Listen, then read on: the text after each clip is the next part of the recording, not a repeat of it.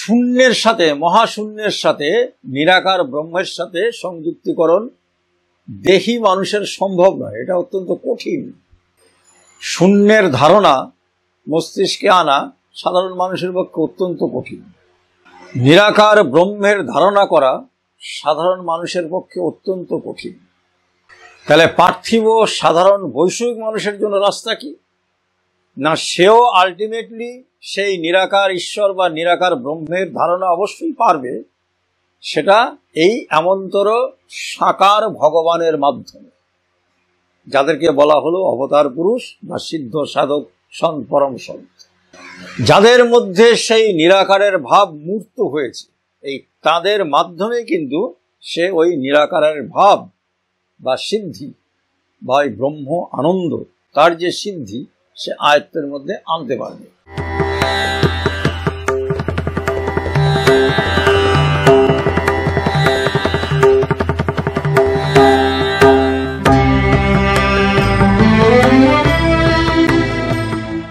এই ধ্যান প্রক্রিয়াকে আয়ত্ত করার জন্য মানুষকে সংসার ত্যাগ করতেই হবে এমন কোনো বাধ্যবাধকতা নেই।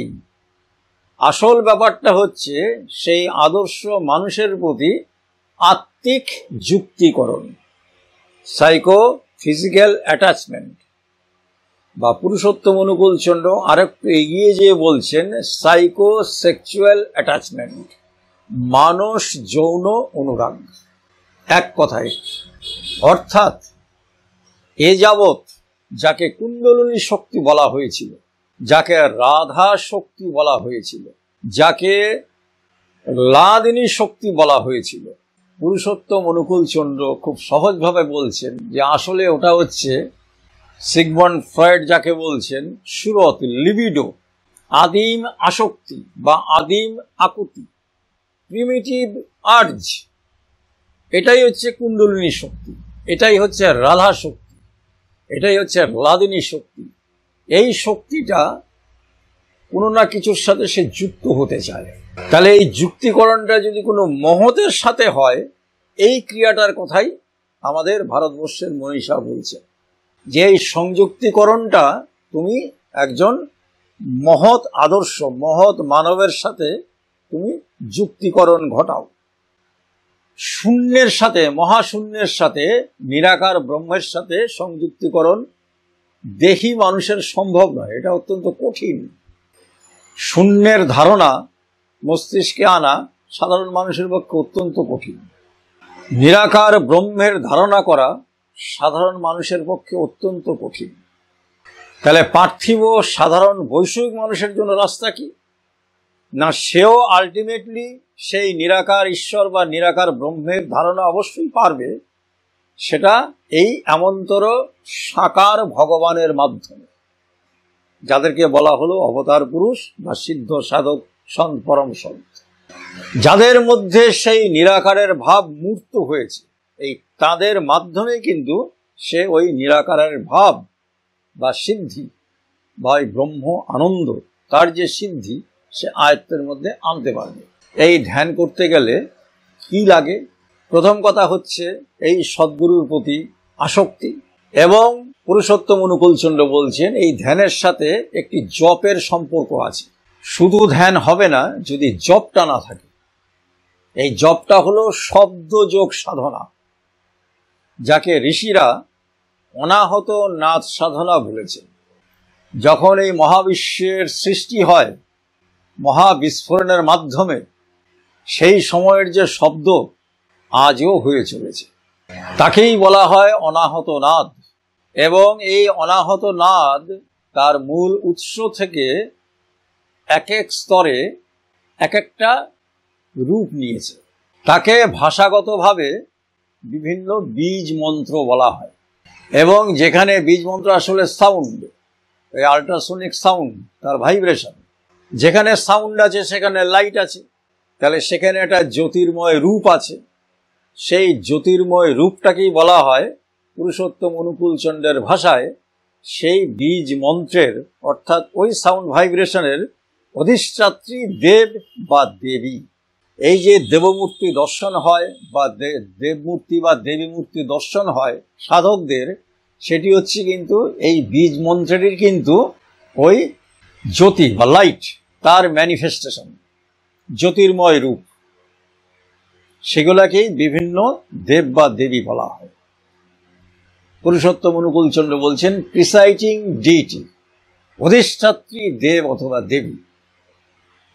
তাহলে কোনো সাধক যদি এইরকম কোনো স্তরের মন্ত্রসিদ্ধি ঘটে, তাহলে সেই সাধক সেই স্তরের যে ভাইব্রেশন, সেই ভাইব্রেশনের ফলে যা যা হতে পারে, যা যা করা যেতে পারে, তিনি তা করতে পারবেন এবং সেই সম্পর্কিত বহু কিছু প্রকৃতির সূক্ষ্ম রহস্য তার করায়ত্ত হবে, যাকে ঋষি পতঞ্জল বিভূতি বলেছেন।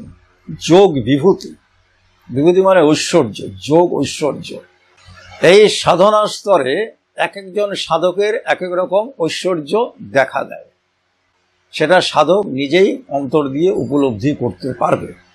পুরুষোত্তম অনুকূল চন্দ্র বলছেন যে প্রথমত এই সদ্গুরু প্রদত্ত যে সৎ নাম, এই যে আল্ট্রাসনিক সাউন্ডের যে ভাষাগত রূপ, যে বর্ণগত যে রূপ যেটা উচ্চারণ করা হয়, কাছাকাছি একটা শব্দ, সেটাকেই বলা হয় বীজ মন্ত্র।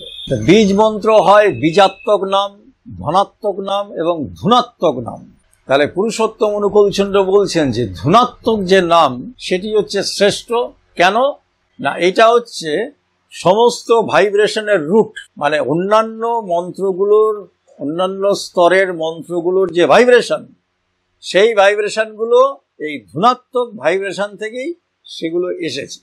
সেই জন্য সর্বোচ্চ স্তরের যে সাউন্ড, যে অনাহত নাদ, সেইটাকে সাধনা করাই উৎকৃষ্ট সাধনা। বাইবেলেও নাদ সাধনার কথা বলা আছে, ইসলাম ধর্মেও নূর এবং আওয়াজের কথা বলা আছে। আমাদের ভারতবর্ষের ঋষির ধর্মে, আর্য ধর্মে তো নাদ এব ব্রহ্ম, শব্দ এব ব্রহ্ম তো বলাই আছে, নাদ সাধনার কথা বলা আছে। তো এই শব্দযোগ সাধনা বা নাদ সাধনাই হচ্ছে কলিযুগের সর্বশ্রেষ্ঠ সাধনা। সর্বশ্রেষ্ঠ সাধনা বলতে অন্যান্যগুলোকে যে ছোট বলা হলো ব্যাপারটা তা নয়, এই নাদ সাধনাটা হচ্ছে সবচেয়ে ইজিয়েস্ট প্রসেস। কেন এই ধ্যানের সাথে কেন এটা দরকার? পুরুষোত্তম অনুকূল চন্দ্র বলছেন যে এই যে অনাহত নাদ, যেটাকে বীজ মন্ত্র বলা হচ্ছে, ধুনাত্মক, সেই নামের ভাইব্রেশনে আমাদের যে সেরিব্রাম, মস্তিষ্ক কোষ, হোয়াইট ম্যাটারের যে স্থলটা বা সেরিবেলাম, গ্রে ম্যাটারের যে স্থলটা, তার অত্যন্ত গভীরতম প্রদেশে যে এ ক্রিয়া করে। আর ওই সদ্গুরু বা পুরুষোত্তমের ধ্যান করলে পরে সেই মূর্তি ধ্যানের ফলে ওই একই সাথে সাইমালটেনিয়াসলি ওই সেরিবেলাম তার গ্রে ম্যাটারের গভীরতম প্রদেশে এবং সেরিব্রামের হোয়াইট ম্যাটারের গভীরতম প্রদেশে আন্দোলন এবং আলোড়ন সৃষ্টি করে। এবং সেই কোষগুলো যখন ক্রিয়াশীল হয়ে ওঠে, আমরা ধ্যান সিদ্ধি বলি বা যোগ সিদ্ধি বলি বা যোগ বিভূতি বলি, যাই কিছু বলি না কেন, সেটা সমস্ত ক্রিয়াটাই ঘটে কিন্তু আমাদের মস্তিষ্কের মধ্যে। মস্তিষ্কের একটা আমূল পরিবর্তন সাধিত হয় এই ধ্যান প্রক্রিয়ার মাধ্যমে এবং এই যৌগিক প্রক্রিয়ার মাধ্যমে। আসলে এই যোগশক্তি বা যোগৈশ্বর্য যাই কিছু বলি না কেন, এটা আসলে একটা মস্তিষ্কেরই শক্তি। এটা ঈশ্বরের একটা বিচিত্র বা মহান অবদান এই মানুষের মস্তিষ্ক। তাহলে কি দাঁড়ালো?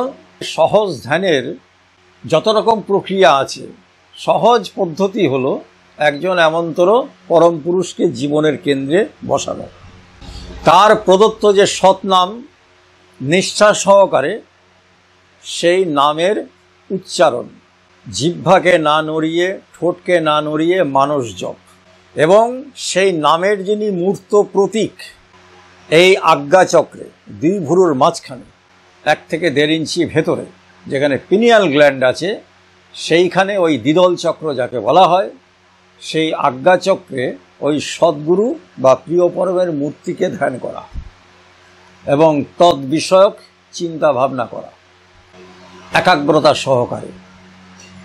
এই যে সাইকিক্যাল অ্যাটাচমেন্ট, এটাকেই বলা হয় ভক্তি। এটা প্রথম দরকার। এই ভক্তি ছাড়া কোনো যোগ সিদ্ধি হবে না। যারাই সিদ্ধি লাভ করেছেন কোনো না কোনোভাবে এই অ্যাটাচমেন্ট, এই ভক্তি কাজ করেছে কি করেছে। এই অ্যাটাচমেন্টটাই হলো ভক্তি। ভক্তি মানে তথাকথিত একটা ভাবে বিহ্বল হওয়া নয়। পুরুষোত্তম অনুকূল চন্দ্র ভক্তি বলছেন যে ভক্তি মানে হলো একটা একমুখী আসক্তি। সমস্ত আসক্তিরা যখন একমুখী হলো, একক কেন্দ্রিক হলো, একটা পয়েন্টেড হলো, ওটার নাম ভক্তি। সেটা আর বিভিন্ন দিকে যাচ্ছে না, স্ক্যাটার্ড হচ্ছে না, একটা পয়েন্টে যেয়ে সমস্ত আসক্তিটা কেন্দ্রায়িত হচ্ছে। এই যে কেন্দ্রায়িত জায়গা হওয়ার যে জায়গাটা, সেই জায়গাটাই হচ্ছে পরম পুরুষ। সুতরাং যোগের সার্থকতা কিন্তু এই অ্যাটাচমেন্টে। কাজে যিনি সিদ্ধি লাভ করেছেন বা করবেন, এটাই হচ্ছে সহজ এবং পবিত্রতম রাস্তা। তারপরে এই আনুষঙ্গিক ক্রিয়া মানস জপ, তার সাথে ওই সদ্গুরু, যেহেতু তিনি বৃত্তির ঊর্ধ্বে আছেন, সমস্ত ভাবের উপরে তার আধিপত্য আছে, তার যে প্রতিমূর্তি সেই ধ্যানে ওই মস্তিষ্ক কোষের গভীরে যেয়ে ক্রিয়াশীল হয়। এই জন্য তাঁর ধ্যান আবশ্যক। আমি যদি বৃত্তিমুখী মানুষের ধ্যান করি, তাহলে পরে আমার ভেতরে কিন্তু সেই বৃত্তির ভাবটাই জাগরণ করবে, সাধনী শক্তির ধ্যান হয়ে যাবে। আমি কিন্তু একটা বিশাল মাপের শয়তান হয়ে যাব। সারা পৃথিবীতে আমার তুল্য শয়তান আর কেউ হবে না, এটাও হবে।